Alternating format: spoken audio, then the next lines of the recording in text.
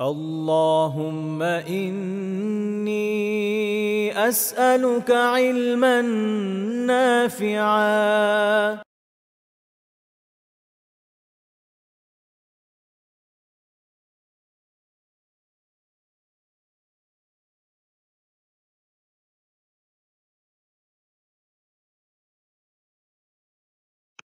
Hello.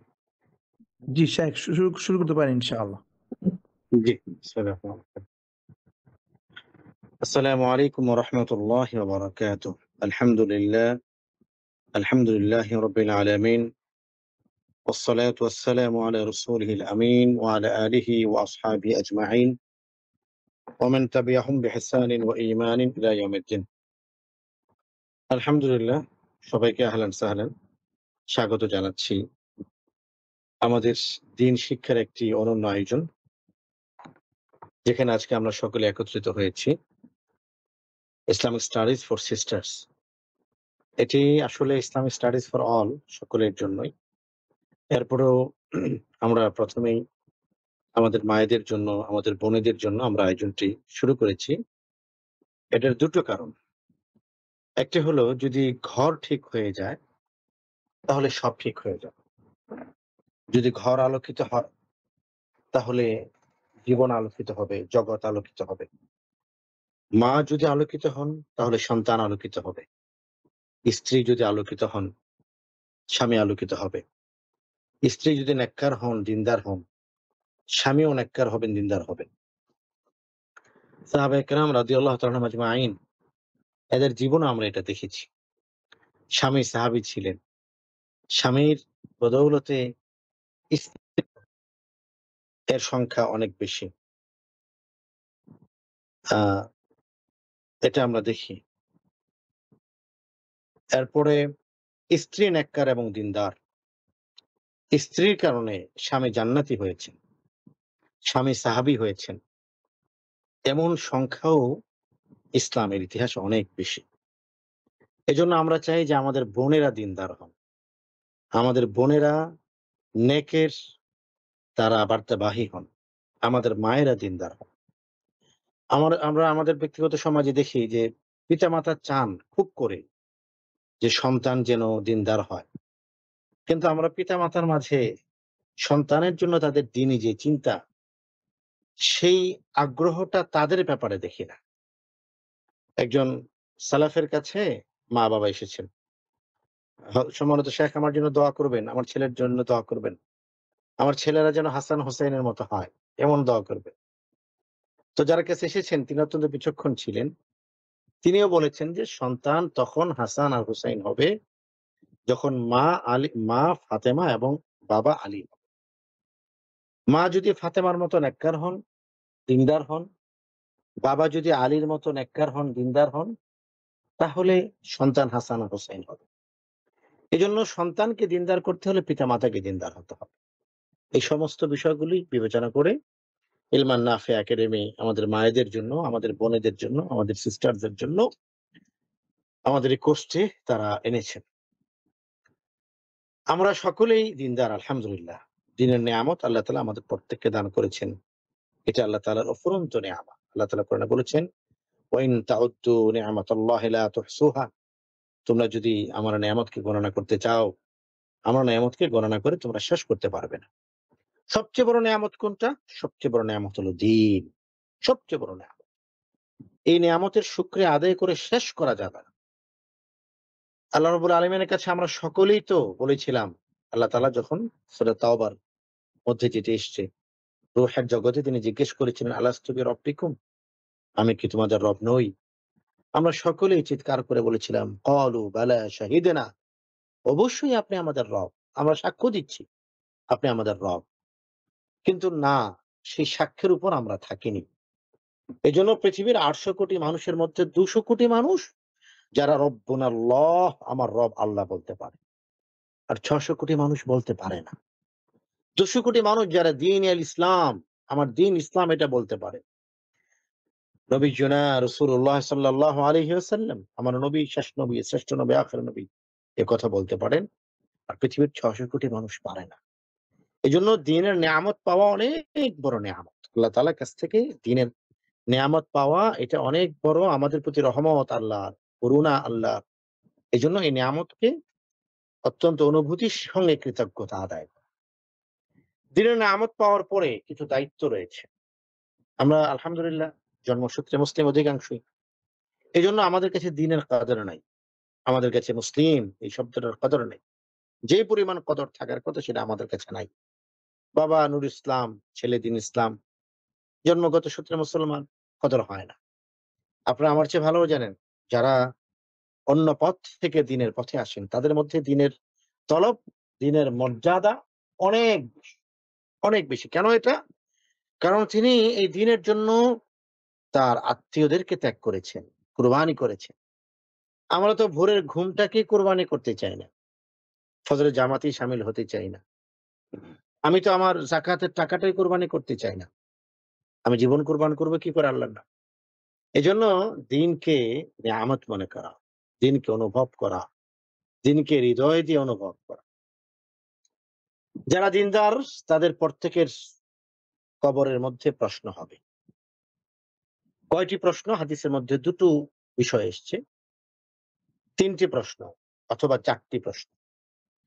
৩ টি প্রশ্ন আমরা সবাই জানি। মান রব্বুকা ওয়া মা দীনুকা ওয়া মান হাযার রাজুল আল্লাযী বুইসা ফীকুম। কোন হাদিসে এটি এসছে ৪ টি প্রশ্ন করা হবে। ৪ টি প্রশ্ন করা হবে। ৪র্থ নাম্বার একটি প্রশ্ন আছে। এটা আমরা কেউ জানি, কেউ জানি না।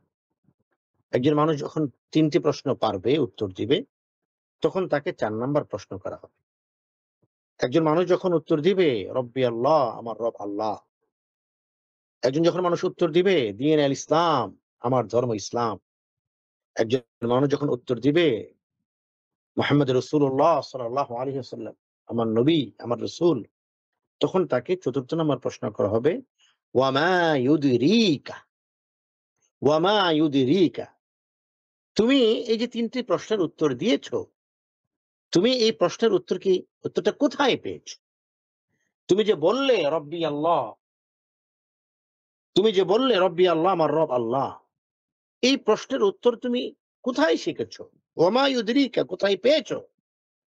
তুমি যে বললে ইসলাম আমার ধর্ম, কোথায় পেয়েছো? তুমি যে বললে বিশ্বনবী নবীজি সাল্লাল্লাহু আলাইহি ওয়াসাল্লাম আমার নবী, তুমি কোথায় পেয়েছো? তখন মুমিন বান্দা উত্তর দিবে ক্বরা'তু কিতাবাল্লাহ। আমি যে প্রশ্নের উত্তর দিয়েছি এটা অনুমান নির্ভর নয়। ক্বরা'তু কিতাবাল্লাহ, আমি আল্লাহর কিতাব পড়েছি। ওয়া আমানতু বিহি, এবং আমি আল্লাহর কিতাবের উপর ঈমান এনেছি। ওয়া তাসাদদাকতু, এবং আমি আল্লাহর কিতাব পড়ে যা কিছু জেনেছি তার উপরে সত্যায়ন করেছি। কেউ বলেছেন ওয়া আমিলতু বিহি, এবং তার উপর আমল করেছি। তো কবরের মধ্যে কিন্তু একথা জিজ্ঞাসা করা হবে। আমি অত্যন্ত শ্রদ্ধার সাথে স্মরণ করছি বাংলাদেশের বিদগ্ধ ইসলামী চিন্তাবিদ মরহুম মগফুর আল্লামা ডক্টর খন্দকার আব্দুল্লাহ জাহাঙ্গীর রাহিমাহুল্লাহ তাআলা। তিনি গ্রামে গিয়ে এই বয়ান করতেন, মানুষকে জানাতেন। জিজ্ঞেস করা হবে ওমা ইউদরিকা, তুমি কোথায় পেয়েছো? ইসলাম সম্পর্কে, ধর্ম সম্পর্কে আমরা যা জানি, আমাদের প্রত্যেকের অবস্থায় হলো এমন, ক্বরা'তু ফি ইউটিউব, রাআইতু ফি ফেসবুক। আমি এটা ইউটিউবে পেয়েছি, আমি এটা ফেসবুকে পেয়েছি। দারাস্তু ফি গুগল, আমি এটা গুগলে পড়েছি। না সম্মানিত বোনেরা আমার, ভাইয়েরা আমার, আমরা আল্লাহর কাছে আমি ইউটিউবে পেয়েছি, আমি গুগলে পড়েছি, আমি ফেসবুকে পড়েছি, এই জবাব দিলে হবে না। যে কারণে ধর্ম সম্পর্কে আমাদের জানাশোনাটা খুব কম। যা জানি জাস্টিফাই করলে দেখা যাবে এটাও ভুল জানি। একজন সম্মানিতা নারী আমার খালাম্মা আমাকে প্রশ্ন করেছেন, বাবা আব্দুল কাদের জিলানীর নাম কি? অজু ছাড়া নেওয়া যায়? চিন্তা করুন, তিনি শ্রদ্ধার সাথে আব্দুল কাদের জিলানীকে স্মরণ করছেন কতটা, যে আব্দুল কাদের জিলানীর নাম কি অজু ছাড়া নেওয়া যায়? যিনি প্রশ্ন করেছেন তিনি মূর্খ নন, শিক্ষাহীন নন, তিনি শিক্ষিত। তিনি হায়ার সোসাইটির একজন নারী, এলিট সোসাইটির একজন নারী। তো আমি চিন্তা করলাম যে খালাম্মাকে কোরআন হাদিস দিয়ে দলিল দিয়ে লাভ নেই। ওনাকে বললাম যে খালাম্মা, আমি যতটুকু জানি, যতটুকু পড়েছি, আল্লাহ এবং তার রাসূলের নাম নেওয়ার জন্য ওযু করতে হয় না। ওযু ছাড়াই নাম নেওয়া যায়। তো সুতরাং আব্দুল কাদের জিলানী তার নাম আপনি এবার চিন্তা করুন। বিষয়টা হলো আমাদের মধ্যে যে সমস্ত বেদাত চালু আছে, শিরক চালু আছে, এটা কেন আছে? আমরা দ্বীন ইসলাম সম্পর্কে আমাদের জানা নাই। ইসলাম অনন্য নেয়ামত। এই নেয়ামত যখন আপনি পেলেন, এই নেয়ামতের উপর কিছু গুরুত্বপূর্ণ দায়িত্ব আছে। সেটা হলো এই নেয়ামতকে যথাযথভাবে পালন করা। ইসলামকে পালন করতে হলে জানতে হবে। না জেনে ইসলামকে পালন করা যায় না। অথচ আমরা বলব যে না আমরা তো পালন করছি, আমরা তো কিছুই জানি না। ৭০ বছর হয়ে গিয়েছে একজন মানুষের। মাশাআল্লাহ মুসল্লি, নামাজি। তাকে আপনি জিজ্ঞেস করুন যে বলুন তো মুরুব্বি গোসলের ফরজ কয়টা? উনি বলতে পারবেন না। বাংলাদেশের একজন বিখ্যাত বক্তা বলেছেন। তিনি একজনকে জিজ্ঞেস করেছেন, "ভাই গোসলের ফরজ কয়টা?" তিনি বলেছেন সেই ভদ্রলোক উত্তর দিয়েছেন, "গোসলের ফরজ ৩ টি।" তো মাওলানা সাহেব তিনি খুব খুশি হয়ে গেছেন। আলহামদুলিল্লাহ, এ তো জানে। তো বলেছেন, "বলুন ৩ টি ফরজ কি, কি?" ভদ্রলোক বলেছেন, "১ নাম্বার ফরজ হলো সাবান, ২ নাম্বার ফরজ গামছা, ৩ নাম্বার ফরজ পানি।" এটা কেন বললেন? ওই ভদ্রলোক যেটা জানেন। তো ৭০ বছর পর্যন্ত একজন মানুষ যদি গোসলের ফরজ না জানেন, কুলি করা গোসলের ফরজ, নাকে পানি দেওয়া গোসলের ফরজ, সমস্ত শরীর ধৌত করা গোসলের ফরজ। এই ৩ টা ফরজ যদি কোনো ব্যক্তি আদায় করে গোসল না করেন, আর কোনো কারণে যদি তার নাকের মধ্যে পানি প্রবেশ না করে, কোনো কারণে তিনি যদি কুলি না করেন, মুখের মধ্যে মুখগহ্বরে পানি প্রবেশ না করান, তাহলে কিন্তু তার গোসল হচ্ছে না। তার গোসল আদায় হচ্ছে না। তাহলে তার ৭০ টা বছরের নামাজ রোজার কি অবস্থা হবে? এজন্য দ্বীন এমন একটি বিষয়, ইসলাম এমন একটি বিষয় যেখানে ইসলামের বিধান পালন করতে হবে জেনে। রব্বুল আলামিন কোরআনুল কারীমের মধ্যে বলেছেন, বিসমিল্লাহির রহমানির রহিম, কুল হাল ইয়াস্তাবিল্লাযীনা ইয়া'লামুনা ওয়াল্লাযীনা লা ইয়া'লামুন ইন্নামা ইয়াতাযাক্কারু উলুল আলবাব। হে রাসূল, কুল আপনি বলে দিন, হাল ইয়াস্তাবিল্লাযীনা ইয়া'লামুনা ওয়াল্লাযীনা লা ইয়া'লামুন, যারা জানে আর জানে না তারা কি এক সমান হতে পারে? না, কখনোই নয়। ইন্নামা ইয়াতাযাক্কারু উলুল আলবাব, নিশ্চয়ই বোধ সম্পন্ন লোকেরা, জ্ঞান সম্পন্ন লোকেরাই উপদেশ গ্রহণ করতে পারে। এজন্য আমল তো আমরা করছি, সে আমলের মধ্যে একটা হলো জেনে আমল করা, আরেকটা হলো না জেনে আমল করা। কখনোই জেনে আমল করা, না জেনে আমল করা একরকম হতে পারে না। রাত দিন পার্থক্য, কখনোই একরকম হতে পারে না। এজন্য যে ইবাদতগুলি আমরা করছি, এটা আমরা আসলে জানি কিনা? আমি যে আমলটা করছি এটার রেফারেন্সটা আমি জানি কিনা? আমার নামাজটা সঠিক হচ্ছে কিনা? আমার রোজার নিয়তটা সঠিক হচ্ছে কিনা? এই বিষয়গুলো যেন আমরা জানি। আমরা পৃথিবীর অনেক কিছু জানি। অনেক কিছু জানি কিন্তু দ্বীনের ব্যাপারে আমাদের জানাশোনা খুব কম। এক ছেলে ঢাকা বাংলাদেশের একটা বিখ্যাত ইংলিশ মিডিয়াম ইউনিভার্সিটিতে পড়ে। তার বাড়িতে আমি গেলাম। বাচ্চা ছেলে আমার সাথে উমরা করেছে কয়েকবার। বয়স ১৮-১৯। তাই আমি বললাম যে নামাজে দাঁড়িয়েছি। আমার একটু তাড়া ছিল। আমি ঢাকার বাইরে যাব। বললাম, "বাবা একামত দাও।" আমি ইমামতি করছি। তার বাবা, তার ভাইরা দাঁড়িয়ে আছে। ইউনিভার্সিটির ছেলে ২০০০ ২৪ সালের ঘটনা। বলছে, "বাবা একামত দাও।" সে একামত দিচ্ছে। আল্লাহু আকবার, আল্লাহু আকবার। আসসালামু আলাইকুম ওয়া রাহমাতুল্লাহ, আসসালামু আলাইকুম ওয়া রাহমাতুল্লাহ। আমি অবাক হয়ে গেলাম। ইউনিভার্সিটির ছেলে, তার বাবাও খুব লজ্জিত হলো। ঘটনা কি? ঘটনা হলো এইটা যে আমার ছেলে ইউনিভার্সিটিতে পড়ছে। English medium university. আমি খুব আনন্দিত, আমি আহ্লাদিত, ভালো। কিন্তু আমার ছেলে মুসলিম হিসেবে সে একামতটা দিতে পারছে না।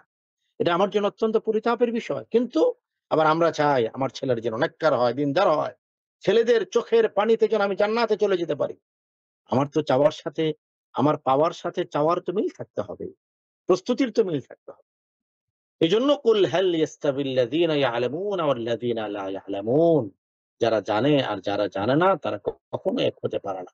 এজন্য আমাদের জানতে হবে। ইসলামের মৌলিক বিষয়গুলো অন্তত জানতে হবে। ঈমান, আকীদা জানতে হবে, তাহরাত জানতে হবে, নামাজের গুরুত্বপূর্ণ বিধানগুলি জানতে হবে, যাকাতের গুরুত্বপূর্ণ বিধানগুলি জানতে হবে। বিশেষ করে আমরা যারা জেনারেল লাইনে লেখাপড়া করি, সাধারণ শিক্ষিত, আমাদেরকে খুব কষ্ট করে হলেও অন্তত আমাদের কি বলে এটাকে দ্বীনের মূল বিষয়গুলোকে আমাদের জানতে হবে। আমরা দেখা যায় যে ব্যস্ততা আমাদের থাকে। এর মধ্যে কিছু সময় আলাদা করে বের করে নেওয়া। বের করে আমাদেরকে এই অবসর সময়টাতে আমরা যেন দ্বীন শিখতে পারি, এজন্য একটু সময় বের করে নেওয়া। রাসূল করিম সাল্লাল্লাহু আলাইহি ওয়াসাল্লাম বলেছেন, নি'মাতানি মাগবুবুন ফিহা কাসীরুম মিনান নাস। নি'মাতান এমন দুইটা নিয়ামত, ফিহিমা কাসীরুম মিনান নাস, এই দুইটা জিনিসে অধিকাংশ মানুষজন গাফিল থাকে। অধিকাংশ মানুষজন গাফিল। কি কি? আস-সিহহাতু ওয়াল ফারাহ। মানুষ যখন সুস্থ থাকে তখন বুঝে না এই সুস্থতা কত বড় নিয়ামত। অসুস্থ হয়ে গেলে হাসপাতালে বিছানায় গেলে বোঝা যায় সুস্থতা কত বড় নিয়ামত ছিল। ওয়াল ফারাহ মানে হলো যখন আমাদের হাতে কিছু সময় থাকে। আমি বিশ্বাস করি বাংলাদেশে যারা আছেন, এদের থেকে প্রবাসে যারা আছেন তাদের ব্যস্ততা অনেক বেশি, অনেক বেশি। এরপরও কিছু সময় বের করে নেওয়া, অবসর সময়টুকু ফেসবুকের স্ক্রলিং এ যেন নষ্ট না হয়, ইউটিউবে যেন নষ্ট না হয়, টেলিভিশনে যেন নষ্ট না হয়। এজন্য অবসর সময়টাকে দিনের জন্য কাজে লাগাবো। আমরা যে কোর্সটি নিয়ে আপনাদের সাথে পথ চলবো ইনশাআল্লাহ তাআলা, এখানে এমন কিছু বিষয় আমরা আলোচনা করব, আমরা শিখব যে বিষয়গুলো দ্বীনের উপর অপরিহার্য। যে বিষয়গুলো ছাড়া দ্বীনের উপর চলা অসম্ভব, যে বিষয়গুলো ছাড়া দ্বীনের উপর চলা অসম্ভব। এই বিষয়গুলো শেখা আমাদের প্রত্যেকের জন্য ফরজে আইন। ফরজে আইন কাকে বলে আর ফরজে কিফায়া কাকে বলে? ফরজে আইন হলো প্রত্যেকটা মানুষ যার উপরে এই বিধানটি ফরজ, পরিবারের পক্ষ থেকে কেউ আদায় করে দিলে আদায় হবে না। যেমন নামাজ পরিবারের ৬ জন সদস্য ৬ জনের উপর ফরজ। রোজা প্রত্যেকের উপর ফরজ। সামর্থ্যবান ব্যক্তি যাকাত আদায়কারী প্রত্যেকের উপর ফরজ। আর হলো ফরজে কিফায়া হলো এমন একটি বিধান যেটি সমাজের অথবা পরিবারের মধ্য থেকে কিছু লোক যদি এটি পালন করে দেয় তাহলে সকলের পক্ষ থেকে এটি আদায় হয়ে যায়। সকলের পক্ষ থেকে এটি আদায় হয়ে যায়। আমাদের বোনেরা আছেন, আমি আপনাদেরকে ১০ সেকেন্ড সময় দিচ্ছি। এটা একটু চিন্তা করুন তো ফরজে কিফায়া কি, কি আছে? একটু চিন্তা করুন যেটা সমাজের সবার পক্ষ থেকে আদায় হয়ে যায়। হ্যাঁ, আপনারা সবাই পেয়ে গিয়েছেন আমি বিশ্বাস করি। একটা ফরজে কিফায়া হলো জানাজার সালাত, জানাজার নামাজ। জানাজার নামাজটা এটা প্রত্যেকের উপর ফরজে আইন নয়। সমাজের পক্ষ থেকে কিছু লোক যদি আদায় করে দেন তাহলে সবার পক্ষ থেকে আদায় হয়ে যাবে। রমজান কেন্দ্রিক আরেকটি ফরজে কিফায়া একটু আমরা ৩ সেকেন্ড চিন্তা করি তো। রমজান কেন্দ্রিক একটি ফরজে কিফায়া, রমজান কেন্দ্রিক বিশেষ করে শেষ ১০ দিন কেন্দ্রিক আমি একটু আপনাদেরকে ধরে দিলাম। হ্যাঁ, নিঃসন্দেহে আমি বিশ্বাস করি প্রত্যেকের মাথায় এটা চলে এসছে। রমজান কেন্দ্রিক একটি ফরজে কিফায়া হলো ইতিকাফ। মসজিদে পুরুষদের জন্য ইতিকাফ, নারীরা ঘরে ইতিকাফ করে। গোটা সমাজের পক্ষ থেকে যেকোনো একজন মানুষ যদি মসজিদের মধ্যে ইতিকাফ করে তাহলে সবার পক্ষ থেকে এটা আদায় হয়ে যাবে। ফরজে কিফায়া, ইতিকাফ করা ফরজে কিফায়া। মসজিদের মধ্যে পুরুষদের জন্য যেকোনো একজন। আর যদি কোনো একজন ব্যক্তিও মসজিদের মধ্যে আদায় না করে, ইতিকাফ না করে, সমাজের প্রতিটি মানুষ সমান গুনাহগার হবে। এটা হলো ফরজে কিফায়া। ফরজে আইন কাকে বলে? ফরজে আইন হলো প্রত্যেকটা ব্যক্তির উপর specifically per person per head প্রত্যেক ব্যক্তির উপর যেটা ফরজ, এই ফরজটা হলো ফরজে আইন। ঘরে ৮ জন সদস্য প্রাপ্তবয়স্ক, প্রত্যেকের উপর ফরজ। কি?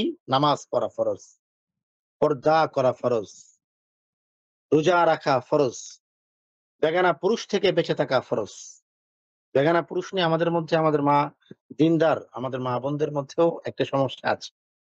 ওনারা ইমাম সাহেবকে বেগানা পুরুষ মনে করেন, কিন্তু পার্সেল দিতে আসছে যে ছেলে পার্সেল ডেলিভারি দিতে আসছে একে পুরুষ মনে করেন না। ইমাম সাহেবের সাথে দেখা করেন না, কারণ পর্দার লঙ্ঘন হবে। পার্সেল দিতে আসছে এই ছেলের সাথে দেখা করতেছে, আরে এ তো গায়রে মাহরাম না, ও তো পার্সেলওয়ালা, ও তো পার্সেল দিতে আসছে। ভাই সেও তো তার সাথে পর্দা করা ফরজ। নারীদের জন্য ঘরের মধ্যে নারীদের জন্য ঘরের মধ্যে পর্দা সমেত থাকা ফরজ। কতটুকু তারা ঘরের মধ্যে উন্মুক্ত রাখতে পারবেন? কেবলমাত্র চেহারা উন্মুক্ত রাখতে পারবেন, হাতের ২ হাতের কবজি পর্যন্ত উন্মুক্ত রাখতে পারবেন, পায়ের গোড়ালি থেকে নিচ পর্যন্ত উন্মুক্ত রাখতে পারবেন। আপনাদের কাছে কথাটা কঠিন মনে হলেও এটাই মাসালা, এটাই কঠিন, এটাই সত্য, মানতে হবে। এজন্য একজন নারী যে পোশাক পরে তার স্বামীর সামনে যেতে পারবেন, ওই পোশাক পরে তিনি তার সন্তানদের সামনে যাবেন না। এটা ইসলামের বিধান। আমাদের যেন মাথায় কাপড় থাকে, শরীরে কাপড় থাকে, ওড়না থাকে, এগুলি লক্ষ্য রাখতে হবে। ফরজ, পর্দা ফরজ। এজন্য পর্দা রক্ষা করা। ফরজে আইনের এলেম বলতে 4টি বিষয়কে বোঝায়। 1 নম্বর হলো আকায়েদ ইসলাম তথা ইসলামের মৌলিক আকায়েদ, আকীদা এবং বিশ্বাস। যেই আকীদা রক্ষা না করলে ঈমানের ভিত্তি দুর্বল হয়ে যায়, এই আকীদা সঠিকভাবে জানা এটা প্রত্যেক মুসলিম নরনারীর উপর ফরজ। ইসলামের আকীদা, মৌলিক আকীদা সম্পর্কে জানা ফরজ। মৌলিক আকীদা সম্পর্কে যখন একজন মানুষ জানবে, তখন সে সিলেটে শাহজালালের মাজারে মান্নত করবে না। মৌলিক আকীদা যখন একজন মা জানবেন, তখন তিনি আজমির শরীফে তার সন্তানের জন্য দোয়া করবেন না। মৌলিক আকীদা যখন একজন মা জানবেন, তখন তিনি কোনো মাজারে গিয়ে মাথা নত করে সেখানে কুর্নিশ করবেন। এজন্য প্রতিটা মানুষের উপর ইসলামের মৌলিক আকায়েদ জানা ফরজ। 2 নম্বরে হলো ফারায়েজ ইসলাম, অর্থাৎ ইসলামে কোন কোন জিনিস ফরজ করা হয়েছে। কোন কোন জিনিস ফরজ করা হয়েছে? 2টি ফরজ একজন মানুষের জীবনে সার্বক্ষণিক 24 আওয়ার্স, 24 ঘন্টা। অথবা যখন তিনি প্রাপ্তবয়স্ক হলেন তখন থেকে নিয়ে মৃত্যু পর্যন্ত, এমনকি মৃত্যুর পর পর্যন্ত। 1 নম্বর ফরজ হলো ঈমানের হালাতে থাকা, আল্লাহর প্রতি বিশ্বাস রাখা, ঈমানের হালাতে থাকা 1 নম্বর ফরজ। 2 নম্বর ফরজ হলো সতর ঢেকে রাখা, এটাকে বলা হয় ফরজে দাইমি। ঈমানের হালাতে থাকতে হবে। আপনি ঢাকায় আছেন ঈমানের হালাতে, আমেরিকা আছেন ঈমানের হালাতে, চায়না আছেন ঈমানের হালাতে, মাটির উপর আছেন ঈমানের হালাতে, পাতাল রেলে মাটির নিচে চলে গেছেন তাও ঈমানের হালাতে, একেবারে আপনি নাসায় চলে যাচ্ছেন রকেটে করে তাও ঈমানের হালাতে থাকতে হবে, চাঁদে গিয়েছেন আপনি নভোযানে করে তাও ঈমানের হালাতে থাকতে হবে। ঈমানের হালাতে থাকা এটা ফরজে দাইমি, সার্বক্ষণিক ফরজ। 2 নম্বর ফরজ হলো সতর ঢেকে রাখা ফরজ। বাথরুমে গেলেও সতর ঢেকে রাখা ফরজ।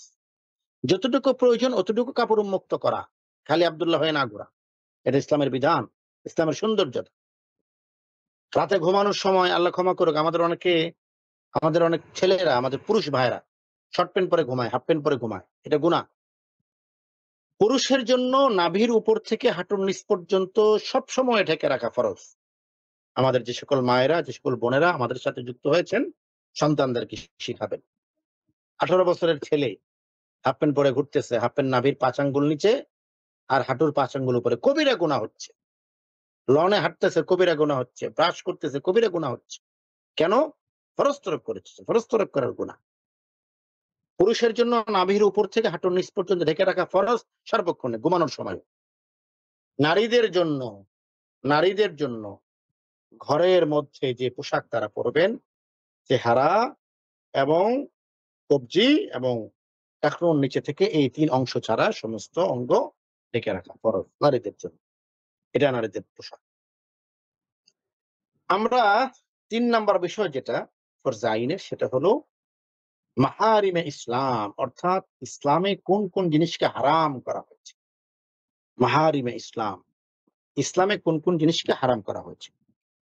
আপনাদেরকে আমি গতকালকে একটা ঘটনা বলি। আমি একটি গাড়ির শোরুমে গিয়েছি একটি ব্যক্তিগত কাজে। তো গাড়ির শোরুমের যিনি মালিক উনি দিনদার মানুষ, উনি আমাকে যে দৌড়ে আসলেন, সম্মানিত শেখ একটা ছোট্ট মাসালা বলুন, যে শোরুমের সামনে একটা গাড়ি পার্ক করা, ভদ্রলোক এই গাড়িটা আমার কাছে বন্ধক রেখে যাবেন। বন্ধক রেখে তিনি আমার কাছ থেকে 10 লক্ষ টাকা নেবেন। গাড়ির দাম অনেক বেশি, গাড়ির দাম 20-25 লাখ টাকা। উনি আমার কাছে গাড়িটা রেখে যাবেন এবং উনি 10 লক্ষ টাকা নিয়ে যাবেন, এবং এই 10 লক্ষ টাকা তিনি 1 সপ্তাহ পর আবার আমাকে ফেরত দিবেন, আবার আমার গাড়িটা নিয়ে যাবেন, ওনার গাড়িটা উনি নিয়ে যাবেন। তো এই সময়ের মধ্যে এই গাড়িটা আমি ব্যবহার করতে পারবো কিনা, অথবা আমি এই গাড়িটাকে কাউকে ব্যবহার করতে দিতে পারবো কিনা, অথবা এই গাড়িটা আমি ভাড়ায় খাটাতে পারবো কিনা। আমরা 2 সেকেন্ড একটু চিন্তা করি, আসলে এখানে কেউ হতে পারে। গাড়িটা রেখে যাবেন, 10 লক্ষ টাকা তিনি নিয়ে যাবেন গাড়িটার বন্ধক হিসেবে। এরপরে আবার 1 সপ্তাহ পরে এসে গাড়িটা উনি নিয়ে যাবেন, টাকাটা দিয়ে যাবেন। এখানে হলো 10 লক্ষ টাকা তিনি দিবেন, সেটা হলো কর্জে হাসানা। কর্জে হাসানার কোনো বিনিময় গ্রহণ করা যায় না। বিনিময় গ্রহণ করলে সেটার কর্জে হাসানা থাকে না, সেটা শুধু হয়ে যায়। উনি যে কর্জে হাসানা দিলেন আর তিনি যদি গাড়িটা ব্যবহার করেন, তাহলে তিনি এই গাড়িটার মানফাআত উপকারভোগী হলেন। এটা ইসলামে জায়েজ নাই। তা আমি তাকে বললাম, "আপনার কি মনে হয়?" তিনি বললেন, "যে হুজুর আমার তো মনে হয় জায়েজ হওয়ার কথা।" বললাম, "না, জায়েজ না।" আমি তাকে বুঝিয়ে দিলাম যে তিনি আপনার কাছ থেকে কর্জে হাসানা নিয়েছেন। বন্ধকের প্রয়োজনে আপনি তাকে কর্জে হাসানা দেন। আল্লাহ তাআলা বলেছেন, "ওয়া মান ইউকরিদুল্লাহ করদান হাসানান ফায়ুদাইফাহু লাহু আদআফান কাসীরা।" তুমি আমাকে কর্জে হাসানা দাও। আমাকে মানে আমার বান্দাদেরকে দাও। কি হবে? আমি তোমাকে অনেক গুণ এটা বাড়িয়ে দেব। আপনি যার গাড়ি ব্যবহার করবেন, এটা তার রেখে যাওয়া আমানতকে উপকারভোগী আপনি হয়ে গেলেন। এটা জায়েজ। মাহারিমে ইসলাম তথা ইসলামে কোন, কোন জিনিস হারাম এটা আমরা শিখব ইনশাআল্লাহ। আদাবুল ইসলাম এটা হলো ৪ নাম্বার। আদাবুল ইসলাম তথা একজন মুসলমানের জীবনে কি, কি আদব থাকা উচিত, কি, কি ম্যানার থাকা উচিত এই প্রসঙ্গে জ্ঞান অর্জন করব। তাহলে আমরা ৪ টি জিনিস শিখব। ১ নম্বর হলো আকায়েদ ইসলাম, ফারায়েজে ইসলাম, মাহারিমে ইসলাম, আদাবুল ইসলাম। আকায়েদ ইসলাম শিখব ইসলামের মৌলিক আকায়েদ। ফারায়েজ ইসলাম শিখব ইসলামে কোন, কোন জিনিস ফরজ। মাহারিম ইসলাম মানে ইসলামে কোন, কোন জিনিস হারাম। আদাবুল ইসলাম মানে একজন মুসলমানের জীবনে কি, কি আদব থাকা উচিত, ম্যানার থাকা উচিত সে প্রসঙ্গে জ্ঞান অর্জন করা। আপনি একজন মুসলিম, কখনো পোশাক দেখলে এটা বোঝা নাও যেতে পারে। দাড়ি তো হিন্দুদেরও থাকে, পাগড়ি তো শিখদেরও থাকে, বিশাল আচকান আলখাল্লা ইহুদিরও তো থাকে। আচরণে কিভাবে বুঝবে? মুসলমানের আচরণ হতে হবে সবচেয়ে সুন্দর। এজন্য ইসলামের প্রথম প্রকাশ আপনার আচরণের মাধ্যমে। কারোর সাথে কথা বলে আসসালামু আলাইকুম ওয়া রাহমাতুল্লাহি ওয়া বারাকাতুহু। আপনার সালাম, আপনার হাসি। একজন ট্রাফিকের কথা ইতিমধ্যে তো আপনার সোশ্যাল মিডিয়া দেখেছেন। ঢাকার রামপুরা বনশ্রী এলাকার একজন দাড়িওয়ালা ট্রাফিক। যার সাথে কথা বলেন হেসে থাকেন। তো তারা লোকেরা জিজ্ঞেস করে, "আপনি হেসে থাকেন কেন?" তিনি বললেন যে, "আমি শুনেছি মানুষের সাথে হাসি মুখে কথা বলা এটাও সুন্নাহ। তো কত লোক রাস্তায় আমার সাথে আসে যায়। সুন্নাহ পালন করি, সবাইকে হেসে, হেসে কথা বলি।" তো এজন্য আদাবুল ইসলাম একজন মুসলমানের জীবনে কি, কি আদব থাকা উচিত, কি, কি ম্যানার থাকা উচিত এটাও ফরজে আইনের অন্তর্ভুক্ত। রাসূল করিম সাল্লাল্লাহু আলাইহি ওয়াসাল্লামকে একজন নারী সম্পর্কে জিজ্ঞেস করেছে, "ইয়া রাসূলাল্লাহ, একজন নারী যিনি অত্যন্ত নেককার, নামাজি, রোজাদার, খুব নেককার, কিন্তু তার আচরণ অত্যন্ত খারাপ। প্রতিবেশীদের সঙ্গে তার আচরণ অত্যন্ত খারাপ। তার মুখের ভাষা খুব গর্হিত, তার মেজাজ খুব চড়া।" আল্লাহ ক্ষমা করুক, মেজাজ চড়াটাকে আমরা কখনো ক্রেডিট মনে করি। উনার মেজাজ খুব চড়া, প্রচন্ড রাগ। না, এটা পজিটিভ নয়, এটা গুণ নয়, এটা দোষ। রাসূল করিম সাল্লাল্লাহু আলাইহি ওয়াসাল্লামের মেজাজ তো চড়া ছিল না। রাসূলের মেজাজ তো গরম ছিল না। রাসূলুল্লাহ সাল্লাল্লাহু আলাইহি ওয়াসাল্লামের উনাকে দেখলে তো আলাদা করে যেত না। উনি সাহাবীদের সাথে বসা থাকতেন। একজন আগন্তুক এসে বলতো, "তোমাদের মধ্যে নবী কে? বলো।" কত মিশে থাকতেন। সাহাবীদের উরুর সাথে উরু, পায়ের সাথে পা মিলে রাসূল বসে থাকতেন। জিজ্ঞেস করা হতো, "তোমাদের মধ্যে নবী কে?" কেন বলা হতো? উনি আলাদা করে বিশাল কোন আসনে আসীন হতেন না। রাসূলুল্লাহ সাল্লাল্লাহু আলাইহি ওয়াসাল্লামের আচরণ তো ছিল সবচেয়ে নরম। কওলাল লাইয়িনা, কোরআনে আসছে কওলাল লাইয়িনা। আল্লাহ তাআলা হযরত মুসা আলাইহিস সালাতু ওয়াস সালামকে প্রেরণ করছেন ফেরাউনের নিকট। ইযহাব ইলা ফিরআউনা ইন্নাহু তাগা।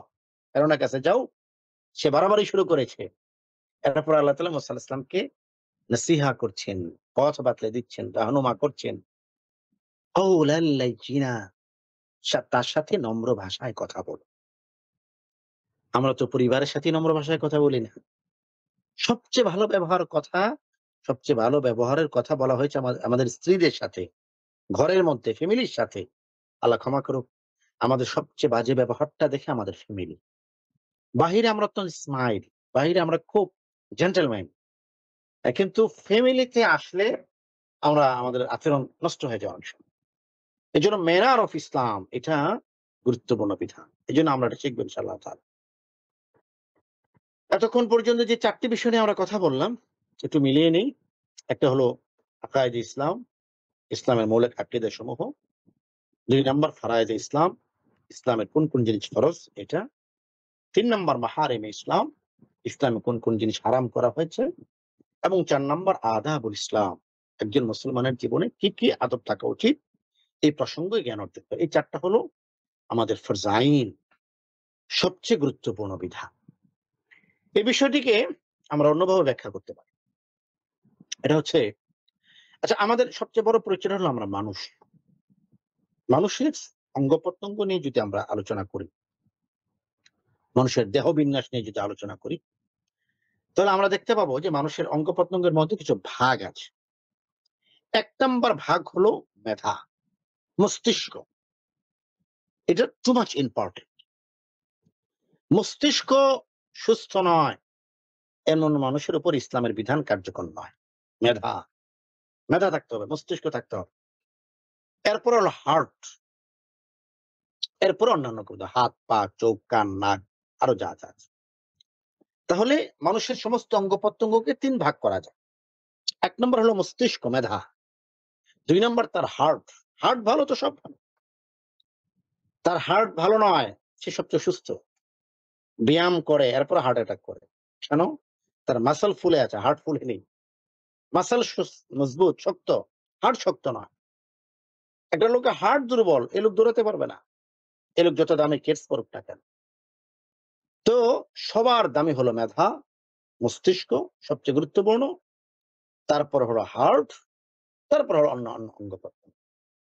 তো আল্লাহ তাআলার বিধান সমূহের মাঝেও কিছু আছে যেটা মস্তিষ্কের সাথে সম্পৃক্ত, যেটা মস্তিষ্কের সাথে সম্পৃক্ত। কিছু আছে যেটা হার্টের সাথে সম্পৃক্ত, আর কিছু আছে যেটা অন্যান্য অঙ্গ প্রত্যঙ্গ, হাতের সাথে, পায়ের সাথে, মুখের সাথে, এগুলোর সাথে সম্পৃক্ত। 1 নম্বর যেটা মস্তিষ্কের সাথে সম্পৃক্ত, ব্রেইনের সাথে সম্পৃক্ত, এটাকে বলা হয় আকীদা বা বিশ্বাস। যেটা মাথায় থাকতে, আমরা বলি এই কথাটা মাথায় রাখবেন, মাথায় রাখতে হবে কি? আল্লাহ এক, কুল হুয়াল্লাহু আহাদ, আল্লাহুস সামাদ, লাম ইয়ালিদ ওয়া লাম ইউলাদ ওয়া লাম ইয়াকুল লাহু কুফুয়ান আহাদ। মস্তিষ্কের মধ্যে, আমাদের ব্রেনের মধ্যে ইমানকে ঢোকাতে হবে। আল্লাহ ক্ষমা করুক, এক ভদ্রলোকের সাথে আমার মদিনায় দেখা হয়েছে, মসজিদে নববীর পাশে, বাংলাদেশের বিখ্যাত ধনী মানুষ। কোন কারণে আমার বয়ান শুনে তার ভালো লেগেছে। তিনি বলেন, হুজুর আপনার বয়ান খুব সুন্দর, আপনার সাথে আমার মদিনা শরীফ দেখা হলো, আমি আপনাকে আরেকটা শরীফ নিয়ে যাব। তা আমি ভেবেছি মনে হয় বাগদাদের কথা বলবে, ইরাকের কথা বলবে। তাই বললাম সেটা কোথায়? বলে আজমির শরীফ। নাউজুবিল্লাহ মিন যালিক। আমি বললাম আজমিরে কেন যাব আমি? বলে হুজুর আমি 2টা ঈদ 2 জায়গায় করি, রমজানের ঈদটা মদিনা শরীফে করি, কোরবানির ঈদটা আজমির শরীফে করি। নাউজুবিল্লাহ মিন যালিক। তার মস্তিষ্কের মধ্যে ঢুকে গিয়েছে যে মদিনা এবং আজমির 2টাই শরীফ। নাউজুবিল্লাহ। পৃথিবীতে 2টা শরীফ, একটা হলো মক্কা শরীফ আর একটা মদিনা শরীফ। আর কোনো শরীফ নেই। বাগদাদ শরীফ বানায় ফেলছে মানুষ। নাউজুবিল্লাহ। এগুলি না। এজন্য আকাইদ এবং ঈমানের সম্পর্ক মস্তিষ্কের সাথে, ব্রেইনের সাথে। মস্তিষ্কের সাথে সম্পৃক্ত বিষয়গুলোকে আকাইদ, বিশ্বাস বা ঈমান বলা। এবার আসুন হার্টের সাথে সম্পৃক্ত বিধানাবলী কি? সেটা হলো আখলাক। আখলাক, আদাবুল ইসলাম। আদাবুল ইসলাম মানুষের হৃদয়ের সাথে যে সম্পর্ক, রাসূল তো তাই বলেছেন, আলা ওয়াহিয়াল কলব, তোমাদের প্রত্যেকের শরীরের মধ্যে এমন একটি জিনিস রয়েছে, এটা যদি ভালো হয় গোটা শরীর ভালো। ইযা ফাসাদাত ফাসাদাল জাসাদ কুল্লুহু, আর এটা যদি নষ্ট হয়ে যায়, এটা যদি ধ্বংস হয়ে যায়, তাহলে সব ধ্বংস হয়ে যাবে। এজন্য আখলাকের বিষয়টা হৃদয়ের সাথে। কারো চেহারা সাদা, কারো চেহারা কালো, এই চেহারার সাদা কালো দেখে অন্তরটা আলো না আধার, এটা বোঝার উপায় নেই। মক্কার মধ্যে সবচেয়ে সুদর্শন ব্যক্তি ছিল আবু লাহাব, সবচেয়ে সুন্দর সুদর্শন ব্যক্তি, যাকে বলা হতো লাল মিয়া। আমাদের গ্রামে গঞ্জে অনেক আছে লাল মিয়া। লাল মিয়া কেন ভাই? যে তিনি অনেক সুন্দর। লাল মিয়া গ্রামে কালা মিয়া রাখে, ফর্সা ধবধবে, এর নাম কালা মিয়া কেন? যে এত সুন্দর হয়েছে সে, মানুষ যাতে তার দিকে চোখ লাগায় না, এর জন্য তার নাম রাখা হয়েছে কালা মিয়া। তো মক্কা শরীফে, মক্কা জন্ম নেওয়া লাল মিয়া ছিল আবু লাহাব, ধবধবে ফর্সা ছিল সে, অথচ তার অন্তরটা কি? পৃথিবীর সবচেয়ে নিকটতর কালো ছিল। আল্লাহ তাআলা বলছেন, তাব্বাত ইয়াদা আবি লাহাবি ওয়া তাব, আবুল আহাব ধ্বংস হবে, তার হাত ধ্বংস হবে, শুধু সে নয়, তার ফ্যামিলি সহ ধ্বংস হবে। এজন্য মানুষের চেহারা দেখলে তার অন্তরটা কালো না সাদা এটা বোঝা যাবে না, তার আখলাক দেখতে হবে। আর আখলাকের সম্পর্ক হৃদয়ের সাথে, আখলাকের সম্পর্ক হৃদয়ের সাথে। এজন্য হৃদয়টা যদি সুন্দর হয়, আমাদের আখলাক সুন্দর হবে। ৩ নাম্বার বিষয় হলো অঙ্গ প্রত্যঙ্গের সাথে যে বিষয়গুলো রয়েছে, এটা হলো আমালুল ইসলাম, আমাদের সম্পর্ক হাতের সাথে, পায়ের সাথে, মুখের সাথে। রোজার সম্পর্ক হাতের সাথে, পায়ের সাথে, মুখের সাথে। তাহলে এতক্ষণ পর্যন্ত যে আলোচনা হলো, সে আলোচনা থেকে আমরা আল্লাহর বিধানগুলোকে ৩ ভাগে ভাগ করতে পারি। একটা হলো ঈমান, যেটা বিশ্বাসগত বিষয়। একটা হলো আখলাক, যেটা হৃদয়গত বিষয়। হৃদয়ের হৃদয়ের সেই বিশ্বাস, হৃদয়ের সেই আমাল যেটা হাত পা দিয়ে প্রকাশ পাবে। ৩ নাম্বার হলো আমাল, যেটা আমাদের শরীরের অঙ্গ প্রত্যঙ্গ দিয়ে আমরা বাস্তবায়ন করব। আমরা আমাদের এই কোর্সে যে এলেম অর্জন করব, তার আরো কিছু আছে। এর মধ্যে যা যত কিছু আলোচনা করা হবে, এই সমস্ত কিছুই ৩ টার সাথে সম্পৃক্ত। কিছু আছে যেটা ঈমানের সাথে সম্পৃক্ত, কিছু আছে যেটা আখলাকের সাথে সম্পৃক্ত, কিছু আছে বিভিন্ন আমালের সাথে সম্পৃক্ত। আমরা চেষ্টা করব আমাদের এই কোর্সে এই ৩ টি বিষয়ের উপর মৌলিক বিষয়গুলো আপনাদের সামনে উপস্থাপন করতে। ওমা তৌফিক ইল্লা বিল্লাহ। আমালগুলোর মধ্যে দেখুন, আমাল অনেক বিস্তৃত বিষয়। আমালের মধ্যে সালাত আছে, সাওম আছে, হজ আছে, যাকাত আছে, বিয়ে-শাদী, বেচাকেনা, মুআমালাত, মুআশারাত, এগুলো আমলের মধ্যে। মানুষের আখলাক, এটা অত্যন্ত গুরুত্বপূর্ণ বিষয়। আখলাক এবং ঈমান এই দুটোকে আমরা নবীজির বিভিন্ন হাদিস থেকে শেখার চেষ্টা করব। এই দুটি বিষয়ের সাথে রাসূল করিম সাল্লাল্লাহু আলাইহি ওয়াসাল্লামের গুরুত্বপূর্ণ হাদিসগুলো আমরা এখানে উপস্থাপন করব ইনশাআল্লাহ তাআলা। পাশাপাশি ইসলামের মৌলিক আকায়েদ এবং একজন মুসলমানের জন্য মৌলিকভাবে কোন কোন আখলাক ধারণ করা দরকার, একজন মুসলমানের আচরণ কি হবে, তার নেচার কি হবে, তার বিহেভিয়ার কি হবে, এই বিষয়গুলো আল্লাহ তাআলা যদি তৌফিক দান করে আমরা বিস্তারিত আলোচনা করব ইনশাআল্লাহ তাআলা। প্রথম ভাগে ফারায়েজ ইসলাম তথা ইসলামের শাখাগত বিষয়গুলো, যেমন তাহরাত, তারপরে সালাত, যাকাত, সওম, হজ ইত্যাদি বিষয়ে আলোচনা করব ইনশাআল্লাহ তাআলা। যাতে করে আমাদের আ আ মানে কি বলে, প্রতিটা ক্লাসে আমরা নতুন কিছু শিখতে পারি। এবং এর পাশাপাশি মাহারিমে ইসলাম তথা ইসলামের কোন কোন বিষয় নিষিদ্ধ, এগুলি নিয়ে আমরা আলোচনা করব আল্লাহ যদি তৌফিক দান করে। ক্লাসের ২য় ভাগে আমরা আকাইদ এবং আদাব, অর্থাৎ আকাইদ, আদাব অথবা ঈমান ও আখলাক সম্পর্কে আমরা আলোচনা করব। এগুলি রাসূল করিম সাল্লাল্লাহু আলাইহি ওয়াসাল্লামের হাদিসগুলি আমরা সামনে রাখবো, যাতে করে ঈমান এবং আখলাকের মৌলিক বিষয়গুলি আমরা শিখতে পারি। আলহামদুলিল্লাহ, আপনারা যারা এই কোর্সে যুক্ত হয়েছেন, সবার প্রতি আমাদের একটা বিনীত অনুরোধ থাকবে। সেটা হলো আমরা যেন আমাদের ব্যক্তিগত আমলগুলোকে সুন্দর করি। নামাজ যেন নিয়মিত আদায় করি। পুরুষরা তো অবশ্যই মসজিদে যেতে হবে। মেয়েরাও যেন নামাজের ক্ষেত্রে গাফিল না হই। নামাজের আযান হওয়ার পর যেন নামাজটা পড়তে পারি। আমাদের একটা দ্বীনি রিহলা, যে সফরে ইলমে দ্বীন শিক্ষা করা, এটাকে রিহলা বলে। তো রিহলা আজকে থেকে শুরু হলো। আপনারা আলহামদুলিল্লাহ ইলমান নাফে অনেক রিহলার সাথে আপনারা সম্পৃক্ত। একটা নতুন আয়োজনের সাথে আমি সম্পৃক্ত থাকার সুযোগ পেলাম। গুরুত্বপূর্ণ কথা হলো আমরা গুনাহ থেকে বিরত থাকার চেষ্টা করব। বর্তমান সময়টা অত্যন্ত ফিতনার সময়। চারপাশে গুনাহ, চারপাশে গুনাহ। গুনাহ এখন অনেক সহজ হয়ে গেছে, অনেক সহজ। বিশেষ করে মোবাইল আসক্তি আমাদের সবচেয়ে বড় ক্ষতি করতেছে। ভিডিও গেম, অন্য অশ্লীল বিষয়গুলোতে সাথে যুক্ত হয়ে যাচ্ছে আমাদের সন্তানেরা। এই সমস্ত বিষয়গুলোতে সবচেয়ে বড় প্রবলেম যেটা হয় যে আমাদের অন্তর নষ্ট হয়ে যায়। আমাদের মালাকা, আমাদের ইবাদত করার যোগ্যতা নষ্ট হয়ে যায়। দ্বীনি ক্ষেত্রে আমরা পিছিয়ে পড়ি। দ্বীনের আগ্রহ আমাদের কমে যায়। আমাদের পড়াশোনা, আমাদের ক্যারিয়ারে আমরা পিছিয়ে পড়ব এই সমস্ত জিনিসের সাথে যুক্ত থাকলে। এজন্য আমরা আল্লাহর কাছে তৌফিক কামনা করব, দোয়া করব। আল্লাহ তাআলা যেন যে সময়টা আমাদেরকে দেন হায়াতের, এই গোটা সময়টাকে যেন আমরা কাজে লাগাতে পারি। সময়টা যেন আমাদের নষ্ট না হয়। ওয়াল আসর ইন্নাল ইনসানা লাফি খুসর, আল্লাহ তাআলা সময়ের কসম খেয়েছে। আমাদের জীবনের সময় অত্যন্ত গুরুত্বপূর্ণ। মুমিন তার জীবনের প্রত্যেকটা মুহূর্তকে কাজে লাগাবে যত্নের সহকারে। সময়ের আ ব্যাপারে আমাদের সালাফদের থেকে অনেক গুরুত্বপূর্ণ উক্তি রয়েছে। আমি দুটো উক্তি আপনাদের সামনে উপস্থাপন করব। একটি হলো হযরত আব্দুল্লাহ ইবনে মাসউদ রাদিয়াল্লাহু তাআলা তিনি বলেছেন, আমি কোন কিছুর জন্য আফসোস করি না। কেবল আমি ওই দিনের জন্য আফসোস করি যেদিনের সূর্য ডুবে গিয়েছে, আমার হায়াত কমে গিয়েছে, কিন্তু ওই একটা দিনে আমি আমার আমলকে বাড়াতে পারি। কে বলছেন এটা? হযরত আব্দুল্লাহ ইবনে মাসউদ রাদিয়াল্লাহু তাআলা আনহু। আর আমাদের অবস্থা কি? ক্যালেন্ডার থেকে একটার পর একটা দিন হারিয়ে যাচ্ছে। কবরের দিকে আমরা এগিয়ে যাচ্ছি কিন্তু আমরা তো জানি না আসলে কি করতে পারছি আমরা জীবনে। একটা দিনে আমি কি আমল বাড়াতে পারলাম? ইলমান নাফের অনেকগুলো ক্লাস আমি দেখি। আলহামদুলিল্লাহ যারা সমস্ত ক্লাসগুলির সাথে যুক্ত হয়ে এটা তো ভালো। যে আজকে শুক্রবার, আজকে নতুন কিছু শিখলাম। আজকে শুক্রবার, আজকে এই আমলটা শিখলাম তা তো ভালো।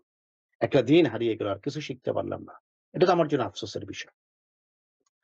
হাসান বসরি রাহিমাহুল্লাহ তাআলা আমি মক্কা মদিনার এমন খুতবা কম শুনেছি যেখানে বিখ্যাত তাবী ক্বাল আল হাসান আল বসরি হাসান আল বসরি বলেন এই বক্তব্য দেওয়া হয়নি। খুব কম।